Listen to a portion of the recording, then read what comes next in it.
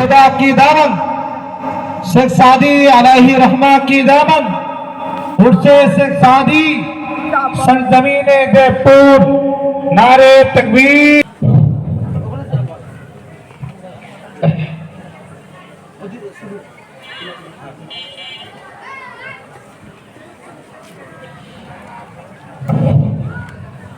আপনারা একটু সামনে আসুন, বাবজিরা সামনে আসুন।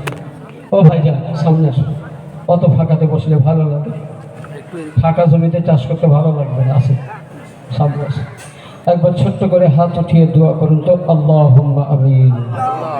আল্লাহুম্মা সাল্লি আলা সাইয়্যিদিনা মাওলানা ওয়া নাবিয়িনা ওয়া শাফিয়িনা মুহাম্মদ وعلى آله وصحبه وذريته وأزواجه وأهل بيته أجمعين. اللهم ربنا تقبل دعانا بوسيلة محمد صلى الله عليه وسلم.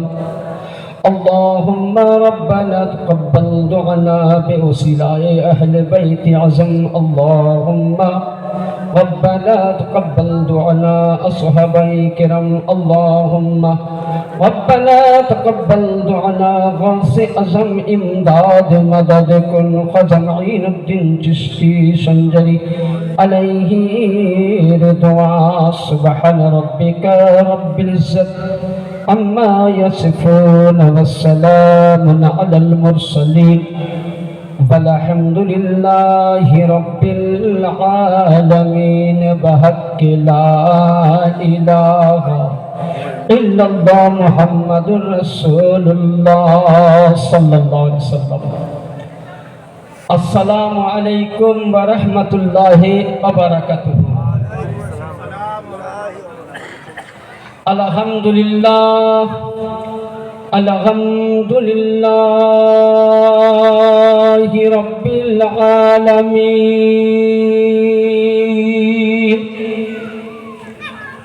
هدينا الماهدين والشاهدين والطيبين والطاهرين والمصومين على محمد وعلى آله وأهل بيته أجمعين.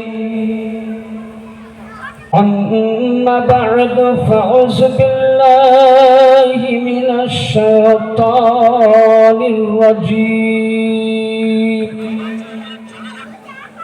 ببركاء بسم الله الرحمن الرحيم. يا أيها الذين آمنوا اتقوا الله وابتغوا إليه الوسيلة. صدق الله العظيم. بلغنا رسوله النبي الأمين المتين المعين الكريم. ونحن على ذلك لمن الشاهدين والشاكرين. والحمد لله رب العالمين. উপস্থিত এই মঞ্চের বা এই জলসার সভার সভাপতি মশাই, যোগ্যতম এই দেবপুর মুসলিম পাড়ার মাজার সংলগ্ন জামে মসজিদের খতিব মুকাদ্দির মুফতি সাহেব কিবলা, আমন্ত্রিত উলামায়ে কেরাম, আশিকান মুহিব্বান, মেজবান গোলামানে মুস্তাফা, গোলামানে আউলিয়ায়ে ইজম, মাইকের আওয়াজ থেকে যে যেখান থেকে আওয়াজ শ্রবণকারী শ্রোতা বিন্দুগণ ও আমার এখানেও সেখানে পর্দানশীল খাওয়াতিনে উম্মতে মুসলিমা সকলকে রইল আমার প্রাণ ভরা সালাম। আসসালামু আলাইকুম ওয়া রাহমাতুল্লাহি ওয়া বারাকাতুহু। ওয়ালাইকুম আসসালাম ওয়া রাহমাতুল্লাহি ওয়া তাআলা বারাকাতুহু। ইলাহি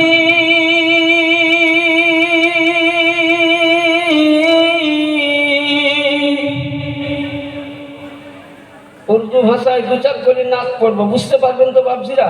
একটু আওয়াজ করেন, বুঝতে পারবেন তো? ইনশাআল্লাহ। অসুবিধা হবে না? ইলাহি দিখা দে ও মদিনা कैसी बसती, জোরে হাত উঠিয়ে বলুন ইয়া রাসূলুল্লাহ, হাত দিয়ে বলেন ইলাহি দিখা দে ও মদিনা कैसी बसती, जहाँ पे मौला जहाँ पे खुदा दिन रात तेरी रहमत बरसती। अल्लाहुम्मा सल्ली अला सय्यिदना मौलाना मुहम्मद व अला आलि सय्यिदना शफीना मौलाना मुहम्मद। जन्नत मिलेगी तुझको मगर एक शर्त है।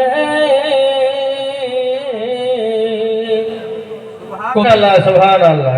কবি লক্ষ্য করে আশিকানে রসুলকে বলছেন মুসলমানকে যে এ মুসলমান, যারা নবীর প্রতি মোহাব্বত করেছো তোমাদেরকে জান্নাত পেতে পারো, কিন্তু একটা ছোট্ট শর্ত আছে। কি বলছে? অন্তরের মধ্যে সর্বপ্রথম রাসূলুল্লাহর প্রেম ভরে নাও। জোরে বলেন সুবহানাল্লাহ।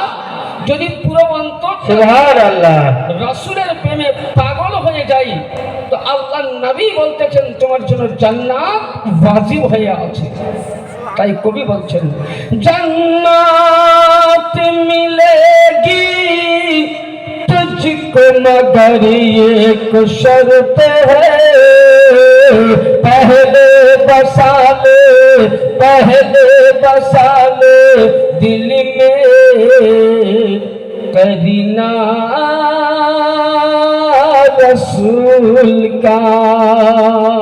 সুবহানাল্লাহ সুবহানাল্লাহ। समय আসুন সমস্ত প্রশংসা প্রশংসিত গুণকীর্তন হাম উপাসনা ভাজন সেই মহান আল্লাহ রাব্বুল ইজ্জতের জন্য, যে আল্লাহ জাল্লে জালালাহু আম্মাল ওয়ামালাহু আপনাকে আমাকে সকলকে পবিত্র শেখ সাদি আলাইহি রহমান উরসে পাকের সৌভাগ্য মাহফিলে আসার তৌফিক দান করেছেন। সকলে বলুন আল্লাহুম্মা আমিন। আল্লাহুম্মা আমিন। আল্লাহ পাকের দরবারে সকলে মিলে আমরা শুকরিয়া আদায় করি আর জোরে সোরে বলুন আলহামদুলিল্লাহ। আলহামদুলিল্লাহ। তারপরে পরে আকায়ে নামদার মাদানী তাজদার নূরের রবি প্রেমের ছবি আমিন আল্লাহ মরুর দুলাল মদিনার হেলাল বেসাহারা সাহারা আমিনার নয়নতারা মদিনার দুলারা,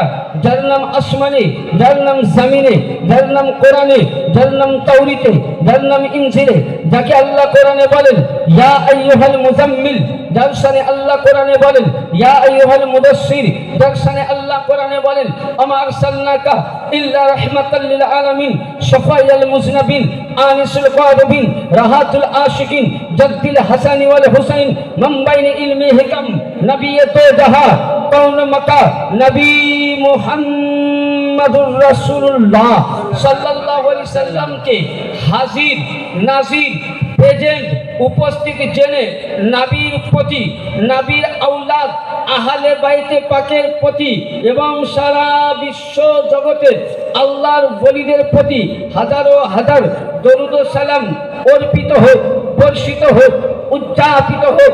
সকলে এক বাক্যে জোরে সোরে আমার সাথে পড়ুন আল্লাহুম্মা সাল্লি আলা সাইয়্যিদিনা ওয়া শাফিয়িনা হাবিবানা মুহাম্মদ ওয়া আলা আলি মুহাম্মদ বারিক ওয়া সাল্লিম। সালাতু ওয়া সালামু আলাইকা ইয়া রাসূলুল্লাহ সাল্লাল্লাহু আলাইহি ওয়াসাল্লাম। সামাইন মহান আল্লাহ পাকের পবিত্র কালামুল্লাহ থেকে খুবই পরিচিত আয়াত আমি তেলাওয়াত করেছি। আমাদের এই যে মাহফিলের অবস্থা বুঝলেন, যদি আপনারা মন দিয়ে শোনেন তো কিছু ইনশাল্লাহ আলোচনা করব, শুনবেন তো? আর যদি বলেন না ইমাম সাহেব শুনবো না, খিচুড়ি খাবার জন্য এসছি, তো সেই রকম ব্যবস্থা হবে বুঝলেন। তো যাই হোক, মানে আমার বাড়ি ধরুন বীরভূম ডিস্ট্রিক্ট, আমি আপনাদের এলাকার গ্রামের পাশে আমি থাকি।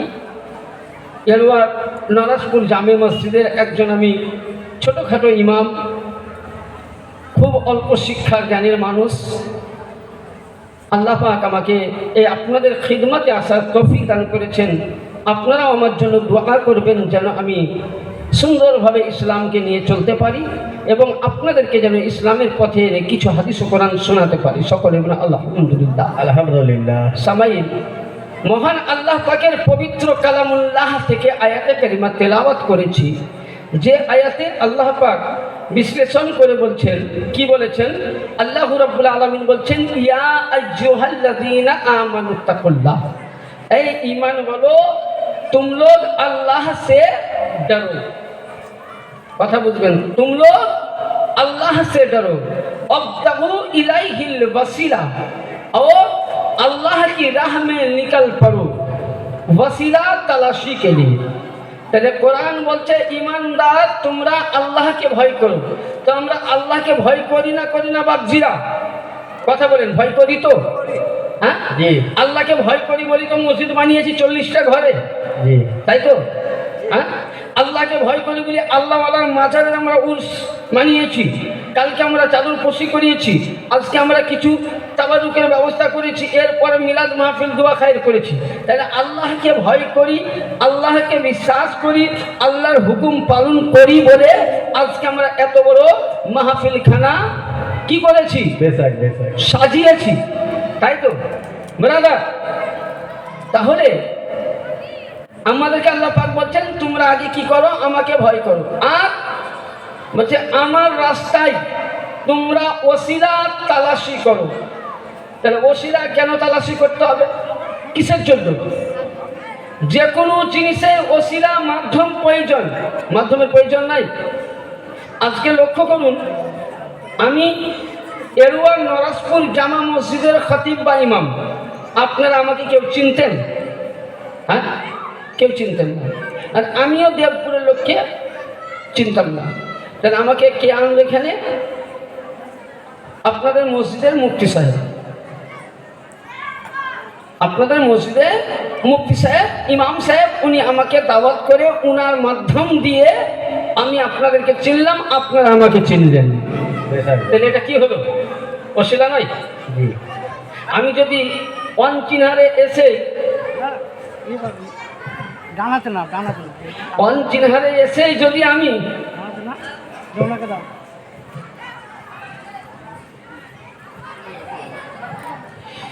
অনচিনারে এসে যদি আমি বুঝলেন এসে বলতাম ভাইজিরা আপনারা জালসা করছেন, আমাকে কিছু বলতে দেন, তো আপনারা দিতেন?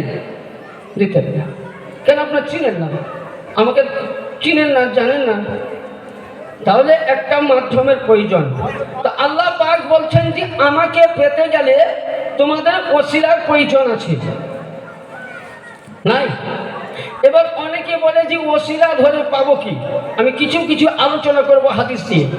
তার আগে যে রাসূলুল্লাহর জামানায় ওসিলা ছিল কিনা, ওসিলা দিয়ে দুয়া চাওয়া হয়েছে কিনা, উঠান হাদিসে পাক, কিতাবের নাম তিরমিজি শরীফ, সিয়াসিত্তাত 4 নম্বর হাদিস। কয় নম্বর? 4 নম্বর। মাতান, এটা হলো দেওয়ান প্রিন্ট, সুন্নি প্রিন্টের নয়। দারুস সালাম সৌদি আরবের প্রিন্টের কিতাব, দারুল উলুম দেওবান প্রিন্টের কিতাবে পাবেন যে আল্লাহর নবীর দরবারে একজন মদিনার মধ্যে একজন 2 চোখে অন্ধ নাবিনা। আচ্ছা বলেন, যদি মায়ের পেটে অন্ধ হয় পৃথিবীর কোনো ডাক্তার আছে ভালো করতে পারবে? আছে? নাই। কিন্তু ওই জামানায় রাসূলের দরবারে ওই ব্যক্তি আসলেন, ওর আকীদা ছিল, ঈমান ছিল, বিশ্বাস ছিল যে নবী মুহাম্মদুর রাসূলুল্লাহ ইনি হলেন রাহমাতুল আলামিন, দয়ার নবী, যেটা দোয়া করে দিবেন আল্লাহ কবুল করে নিবে, আমার অন্ধ চোখ ভালো হয়ে যাবে। জোরে বলেন সুবহানাল্লাহ। এটা তার ঈমান ছিল। তো আল্লাহ নবীর দরবারে আসলেন, বলে ইয়া রাসূলুল্লাহ, আমি দুই চোখে অন্ধ, আপনাকে দেখতে আমার ইচ্ছা করছে, আমি আপনার কালেমা পড়েছি, আপনার সাহাবী হয়েছি, আপনার প্রতি ঈমান এনেছি।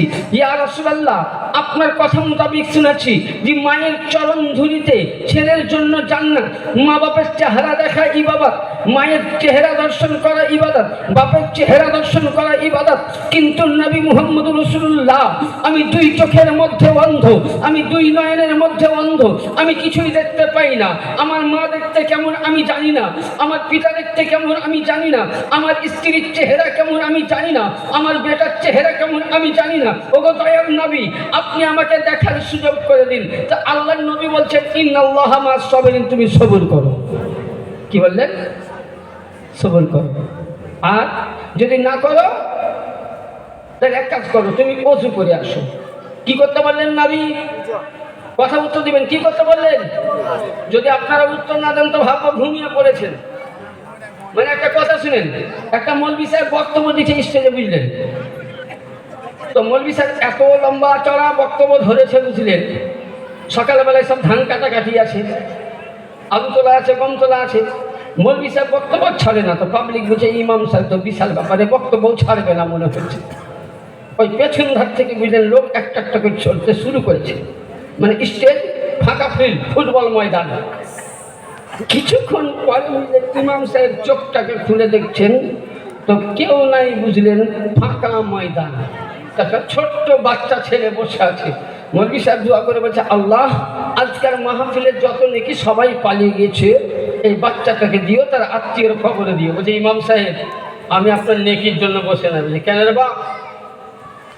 বলছে, তোর জন্য আমি দোয়া করলাম, কেন বসি না?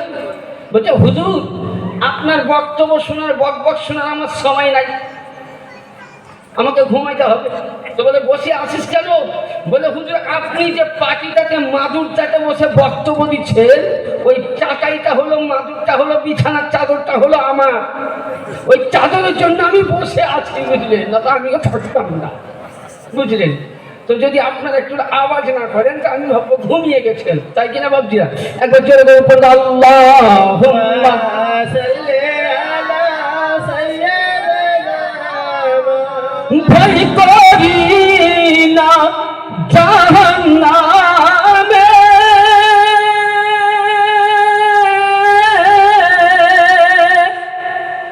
জোরে বলুন সুবহানাল্লাহ। সুবহানাল্লাহ। হাত উঠিয়ে বলেন ইয়া রাসূলুল্লাহ।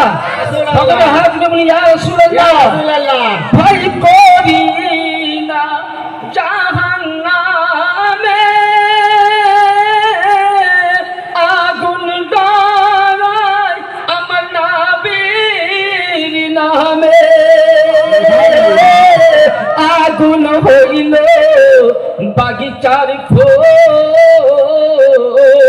আল্লাহ নূরে তৈরি আমার নবী মুহাম্মদ রাসূল। সুবহানাল্লাহ, সুবহানাল্লাহ। সকলে পড়ুন, সকলে পড়ুন। খোদার নূরে তৈরি আমার নবী মুহাম্মদ রাসূল, তার কালেমা পড়তে রে আমরা করব না রে ভুল।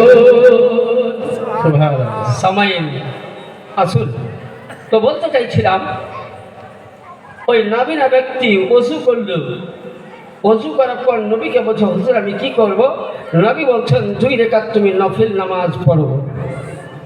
ওই নাবিনা ব্যক্তি 2 রাকাত নফল নামাজের নিয়ত করলো। নিয়ত করার পর সঙ্গে সঙ্গেই নামাজ যখন সমাপ্তি হলো, নামাজ সমাপ্তি হওয়ার পর ডান দিকে সালাম ফিরালো, বাম দিকে সালাম ফিরালো। ওই ব্যক্তি দোয়া করছে, হে রব্বুল আলামিন, যার ওসিলায় তুমি জগৎ সৃষ্টি করেছো, যে নবীর ওসিলায়